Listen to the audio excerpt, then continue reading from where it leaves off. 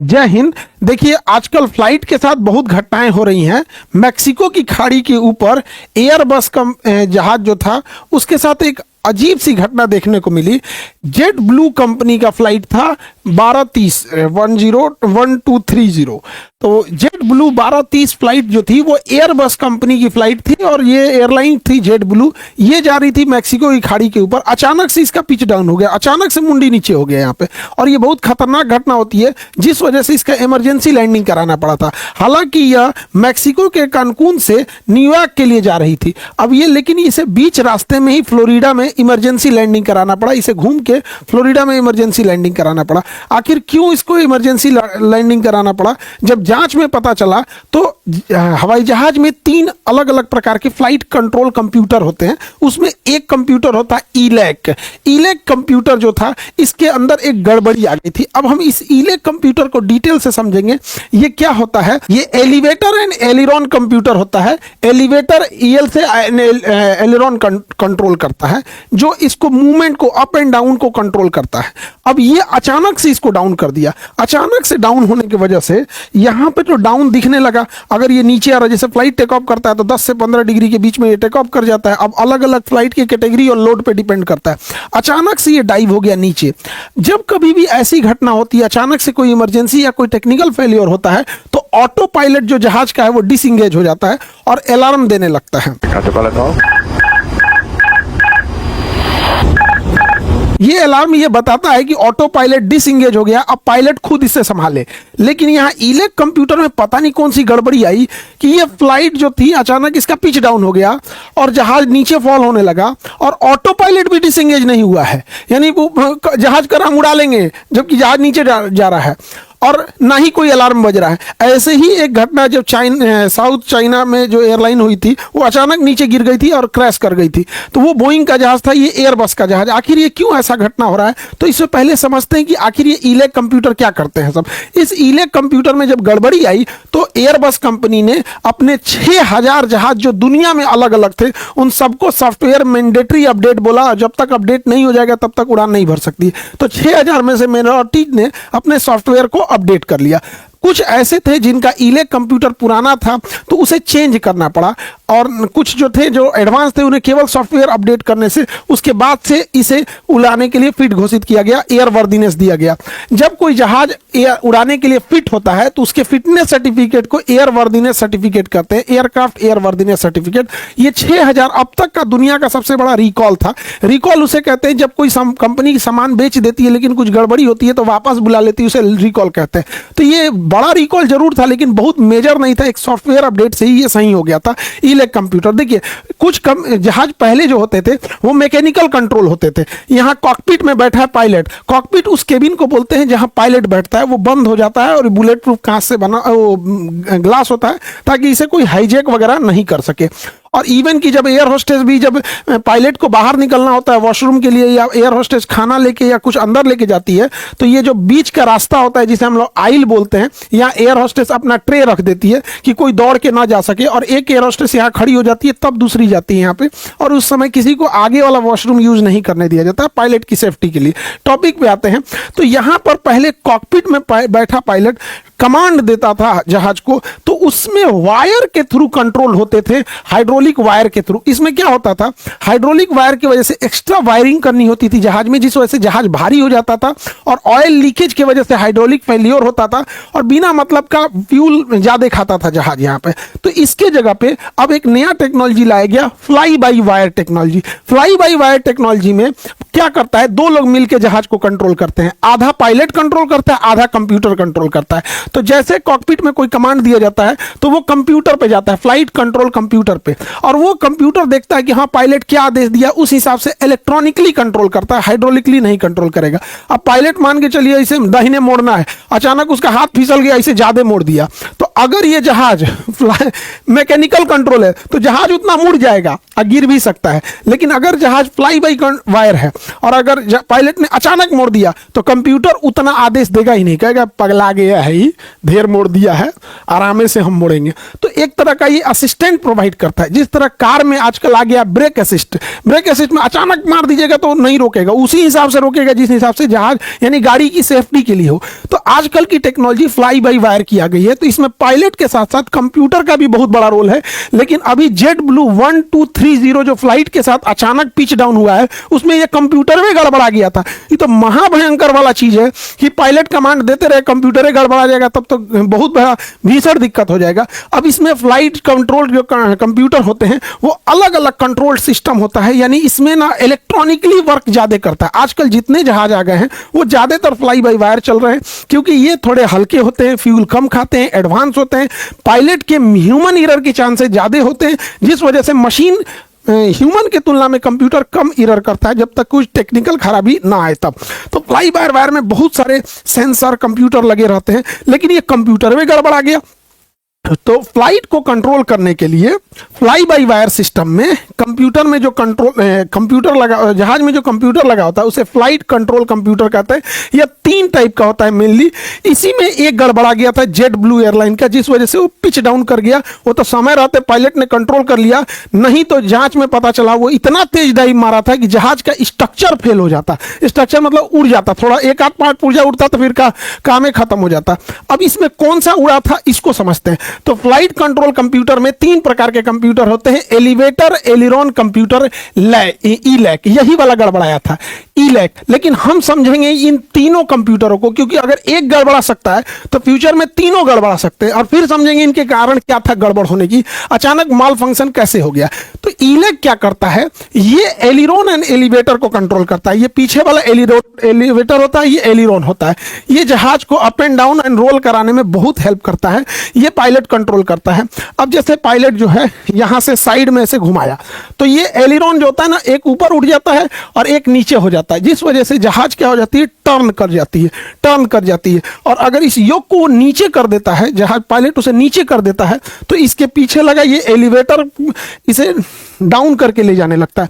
इसी ईलैक कंप्यूटर में गड़बड़ी आई थी और अचानक से वो पिच डाउन कर गया था। हालांकि अगर हम देखते हैं तो दूसरा जो कंप्यूटर होता है उसे कहते हैं spoiler and elevator computer, SEC कहते हैं। इसकी संख्या 3 होती है, जबकि ईलैक की संख्या 2 होती है, सेक की संख्या 3 होती है। ये कंप्यूटर भी गड़बड़ हो सकता है।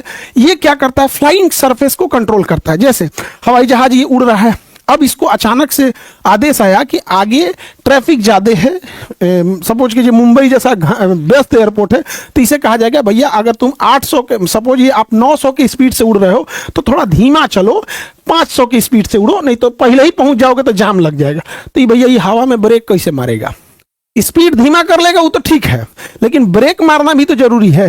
तो ब्रेक मारने के लिए इसमें लगा होता है स्पॉइलर, और इसी को कंट्रोल करने वाले कंप्यूटर को कहते हैं spoiler and elevator control computer, SEC कहते हैं, SEC सेक। इसकी संख्या 3 होती है।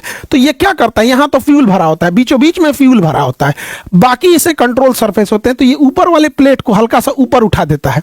ध्यान से देखिएगा, यहाँ पर ये पूरा बराबर दिख रहा होगा, और यहाँ पर ये ध्यान दीजिए ये उठ गया, इसे कहते हैं स्पीड ब्रेक। इसको हम टेक्निकल भाषा में स्पॉइलर कहते हैं। अगर इस स्पीड ब्रेक को उठा देगा तो हवा का ड्रैग लगने लगेगा, जिस वजह से जहाज धीमी हो जाएगी। अब ये ससुरा 3 गो चौकी बराबर है, डबल बेड के चौकी बराबर। अब उड़ते जहाज में आप गाड़ी में से ऐसे हाथ बाहर निकालिएगा तो आपको गाड़ी में अजीब सा लगेगा, और हाथ ऐसे कर लीजिएगा तो हवा इतना तेज रोकेगा कि आप जा नहीं पाइएगा। तो उसी तरह से ये स्पॉइलर निकल जाते हैं और स्पीड को डाउन कर देते हैं। अगर इस कंप्यूटर में गड़बड़ी आएगा, पता चला कि पहले ही ऑटोमेटिक निकाल दिया, तो आजकल हवाई यात्रा बड़ा अटपटांग हो गया है, रीजन समझते हैं। तो ये स्पीड ब्रेक होता है जिसे स्पॉइलर कहते हैं। अब ये पायलट है, उसके पास यहाँ पे स्पीड कंट्रोल करने के लिए स्टिक होते हैं, स्पीड ब्रेक कंट्रोल करने के लिए ये इसको इंगेज करेगा, तो ये जो सरफेस स्मूथ था अब उस सरफेस में स्पॉइलर उठ जाएगा और स्पीड ब्रेक लग जाएगा। ये छोटे रनवे पे भी बहुत जरूरी होता है ताकि जहाज जल्दी रुक सके, और हवा में भी बहुत जरूरी होता है लैंडिंग के टाइम पे स्पीड घटाने के लिए। ये पायलट के पास होता है ये स्पीड ब्रेक को कंट्रोल करने के लिए। कंप्यूटर है जहाज़ों में, फ्लाई बाई वायर जहाज़ों में तीसरा जो कंप्यूटर होता है, थर्ड कंप्यूटर, उसे कहते हैं फ्लाइट एगमेंटेड कंप्यूटर, FEC फैक। इसकी संख्या 2 होती है। ये क्या करता है इसे भी समझते हैं। हालांकि इसमें गड़बड़ बस एक हुआ था जेट ब्लू वाले में, लेकिन हम तीनों को समझते हैं। ये बेसिकली टेल को कंट्रोल करता है, ये बहुत जरूरी है टेल। ये ऊपर नीचे ले जाने में भी हेल्प करता है, दाहिने बाएं मुड़ाने में भी हेल्प करता है। इसे हम स्टेबलाइजर कहते हैं। एक वर्टिकल स्टेबलाइजर हो जाता है, एक हॉरिजॉन्टल स्टेबलाइजर होता है यहाँ पे। तो ये स्टेबलाइजर का काम करते हैं एलिवेटर, और ये रडर हो जाता है। ये हो गया रडर, ये दाहिने बाएं मुड़ा देगा, ये ऊपर नीचे कर देगा। तो इसमें बड़ा खासियत होती है। यही कंप्यूटर होता है जो पायलट से कमांड लेता है। अगर पायलट को ऊपर ले जाना है या नीचे ले जाना है तो यही कंप्यूटर इसके कमांड को लेगा। अगर यहां से पायलट इस छोटे से विंग्स को अगर ऊपर उठा देगा तो जहाज ऊपर जाने लगेगा, और अगर यहां से इसे नीचे डाउन कर देगा तो जहाज नीचे जाने लगेगा। ये बहुत काम का चीज होता है। अब इसे कंट्रोल कैसे करेंगे? तो केबिन में यहां पर ट्रिम व्हील होता है। ट्रिम मतलब नचाना है यहाँ पे। अब इसमें वाइट वाइट वाइट गैप करके होता है, ताकि अगर ये घूम रहा है, ऑटो पायलट पे रहता है ना, तो ये ऑटोमेटिक घूमने लगता है। तो अगर नीचे लाना है तो आप मैनुअली घुमाइए ऐसे, तो ये घूम रहा है या नहीं घूम रहा है, इसलिए जगह जगह वाइट वाइट कर देते हैं, ताकि अगर घूमेगा तो दिखाई देगा कि घूम रहा है। अगर पायलट घुमा रहा है तो कोई दिक्कत नहीं। कई बार ऑटो पायलट में भी घुमाने लगता है, तो कई बार ऑटो पायलट पगला गया और घुमा दिया, सोच रहा नीचे गिरा देगा यहाँ पे, तो पिच डाउन कर दिया था। इस बार जेट ब्लू वाले को नीचे डाउन हो गया था। तो ये ट्रिम व्हील से कंट्रोल करता है। अब पायलट ऐसे नीचे करेगा तो यहाँ देखिए, ये जो पीछे का ये इसका स्टेबलाइजर होता है, वहां एंगल लिखे होते हैं। अगर 0 डिग्री पे है, एकदम बराबर है, सीधा है, तो जहाज सीधा उड़ेगी। और अगर इसे कंट्रोल करके नीचे डाउन कर देंगे तो जहाज नीचे चली आएगी। अगर ऊपर उठाएंगे तो एंगल ऊपर उठेगा, तो जहाज ऊपर उठेगा। ये जो पिछवा वाला डैनवा बहुत जरूरी होता है। जहाज के इस बीच वाले पोर्शन में कोई दम नहीं है, ये तो खोखला पाइप है। सारा खेल जहाज में वो है इसके विंग्स का। सारा विंग, इसी में फ्यूल भरा होता है, इसी में कंट्रोल होता है, इसी में इंजन टंगा होता है, और ये पीछे वाले टेल का यही दो टका। तो 2 पाइप है उसमें, इसे जिसमें सीवेज पाइप टाइप का है एक तरह से। हालांकि सीवेज पाइप नहीं है, ये जहाज के मटेरियल का बनाया होता है। अगर ये गड़बड़ हुआ तो भी चला जाएगा। यानी पूरे फ्लाइट का जो कंट्रोल सरफेस है, विंग्स किधर जाएगा किधर नहीं जाएगा, टेल किधर जाएगा, रडर किधर जाएगा, ये सारा कंप्यूटर से ही कंट्रोल होता है। और 3 कंप्यूटर से कंट्रोल होते हैं। एक होता है ईलेक, एक होता है सेक, एक होता है FEC फैक। अब इसमें गड़बड़ी जो आया था इस वाले में और फ्लाई बाई वायर में, ये तीनों कंप्यूटर बहुत जरूरी है, जिसे हम लोग फ्लाइट कंट्रोल कंप्यूटर कहते हैं। कोनो गड़बड़ाया तो चला गया काम से। क्योंकि अब जितना जहाज आ रहे हैं, पायलट कमांड देता है और कंप्यूटर कहता है, कंप्यूटर वे सनक गया। क्यों सनका था? जब इसका जांच पता चला तो बड़ी खतरनाक स्थिति थी। वो हुआ था, ये जो गड़बड़ी आई थी इसमें, अब ये यहाँ पे दिखाया गया रहता है इसके कंप्यूटर को। यहाँ ईलेक 2 होते हैं, सेक 3 होता है, और FEC ये जो होता है ये भी 2 होता है। तो ये यहाँ सिस्टम पे होता है। इतना भी डिटेल जाने की जरूरत नहीं है, तो फिर पायलट के कोर्स में चला जाएगा। ये कहाँ पे रहेगा? यहाँ पे ये सिस्टम में। अब ये गड़बड़ी हुआ क्यों था? ये सौर मंडल की वजह से हुआ था। ये सूर्य पगला गया था। कैसे? तो देखिए, आग का धधकता हुआ गोला है सूर्य। सूर्य एक तारा है, कोई सूर्य अलग से नहीं है। उसे तारा कहते हैं जो जिसके पास अपनी ऊर्जा हो और अपनी उष्मा हो। तो इसके पास अपनी ऊर्जा है, अपनी उष्मा, अपना प्रकाश है। तो सूर्य एक प्रकार का तारा है। हमसे सबसे करीबी तारा है सूर्य। इसके बाद एक और तारा है प्रोक्सिमा सेंचुरी, लेकिन बहुत दूर है। तो हम यहाँ पृथ्वी हैं, हमसे सबसे करीबी तारा है सूर्य। और एक और तारा है बहुत दूर, उसका नाम है प्रोक्सिमा सेंचुरी। अगर हमें प्रोक्सिमा सेंचुरी तक पहुंचना है तो हमें इतनी स्पीड जानी पड़ेगी, 1 सेकेंड में 3 लाख किलोमीटर, जितना तेज प्रकाश पहुंचता है। अगर हम 1 सेकेंड में 3 लाख किलोमीटर जाएं, 1 सेकेंड में 3 लाख किलोमीटर जाते हैं अगर, तो हम लोग पहुंचेंगे 8 मिनट बाद सूर्य के पास। सोचिए सूर्य कितना दूर है। सूर्य कितना दूर है? Average 15 crore kilometre. अगर 1 सेकेंड में हम लोग जाते हैं 3 लाख किलोमीटर, तो हम लोग पहुंचेंगे सूर्य के पास लगभग 8 मिनट 16 सेकेंड या 8 मिनट 20 सेकेंड के बाद, यानी लगभग 8 मिनट बाद। लेकिन अगर हम चाहें कि हमको सूर्य से दुश्मनी हो गया, भैया तुम्हारा धूप और रोशनी नहीं चाहिए, तो हमें बात करना पड़ेगा प्रोक्सिमा सेंचुरी से। अगर हम प्रोक्सिमा सेंचुरी के पास पहुंचना चाहें तो हमें प्रकाश की गति से चलना पड़ेगा। प्रकाश की गति होती है 1 सेकंड में 3 लाख किलोमीटर। तो यहां पहुंचते पहुंचते पहुंचते पहुंचते हमको लगेगा 4.5 साल, लगभग 4.5 साल लगेगा। अब अंदाजा लगा लीजिए कि अगर सूर्य बुता गया तो उधर से रोशनियों नहीं आएगा। हालांकि ये सूर्य बहुत बड़ा होता है, इसमें ये आग की जो धधकती हुई ज्वाला होती है इसी ने जहाज के रास्ते को डाइवर्ट किया है। एक्चुअली ये जो धधकता हुआ ज्वाला, इसे हम सोलर फ्लेम या सौर ज्वाला कहते हैं।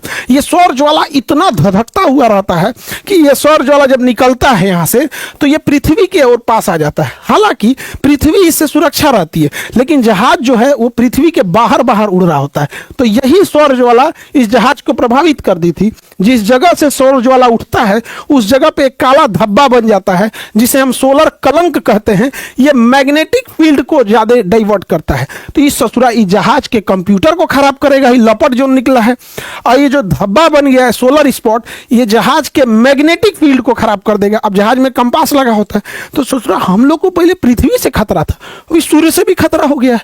बहुत खतरनाक चीज हो गया ये सौर ज्वाला।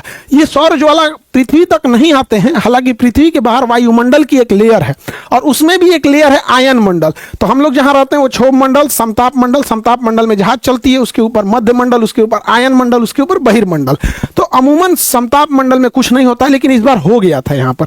तो जब ये पृथ्वी पे प्रवेश करता है तो इसमें थोड़ा सा ऊपर की ओर प्रवेश कर जाता है, कभी कभी नीचे की ओर। जैसे यहाँ से लपट गया तो नीचे की ओर प्रवेश कर जाएगा, अगर यही लपट ऊपर से आ रहा था तो ऊपर की ओर प्रवेश करता।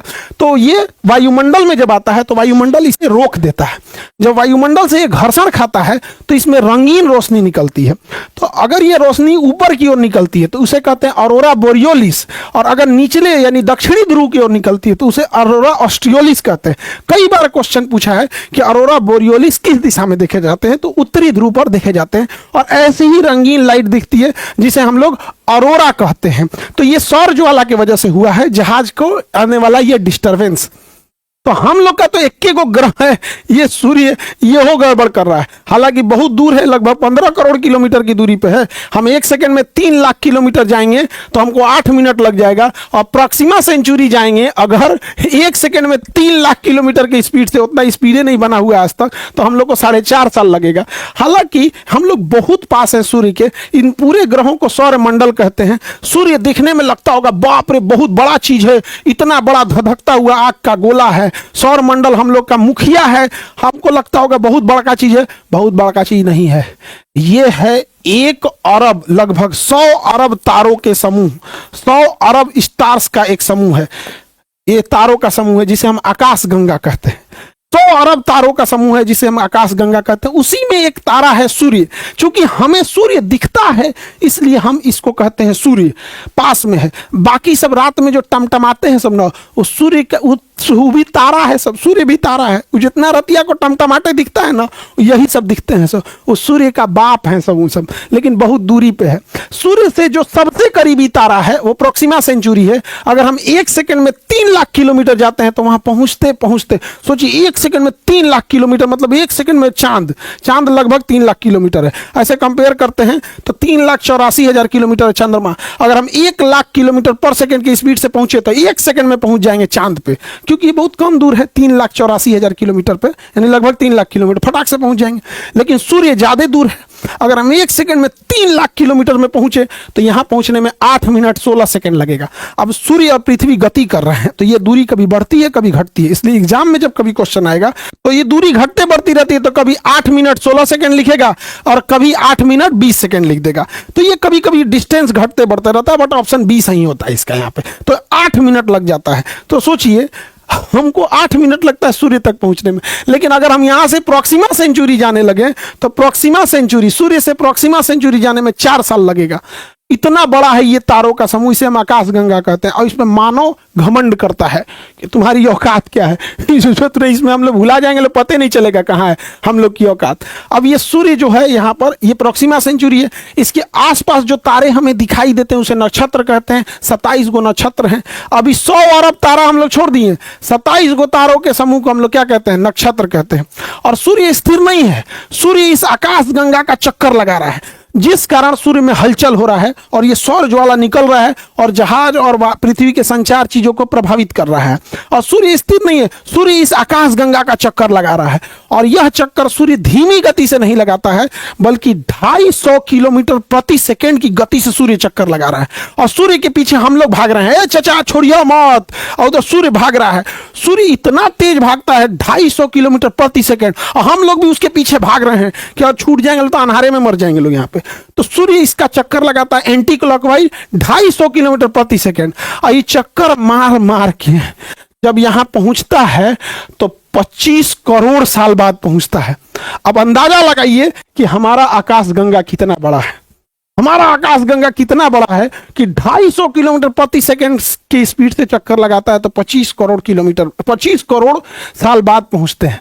और मानव कहता है औकात क्या है। सोचा सौर मंडल में हम लोग के सूर्य का कोई औकात नहीं है, चांद तारा का कोई औकात नहीं है और पृथ्वी पर रहने वाले लोग दूसरे का औकात नापने लगते हैं। ज्योग्राफी कमजोर है ऐसे लोगों का तो ज्योग्राफी बैच में आएंगे तो समझा देंगे यहाँ पे।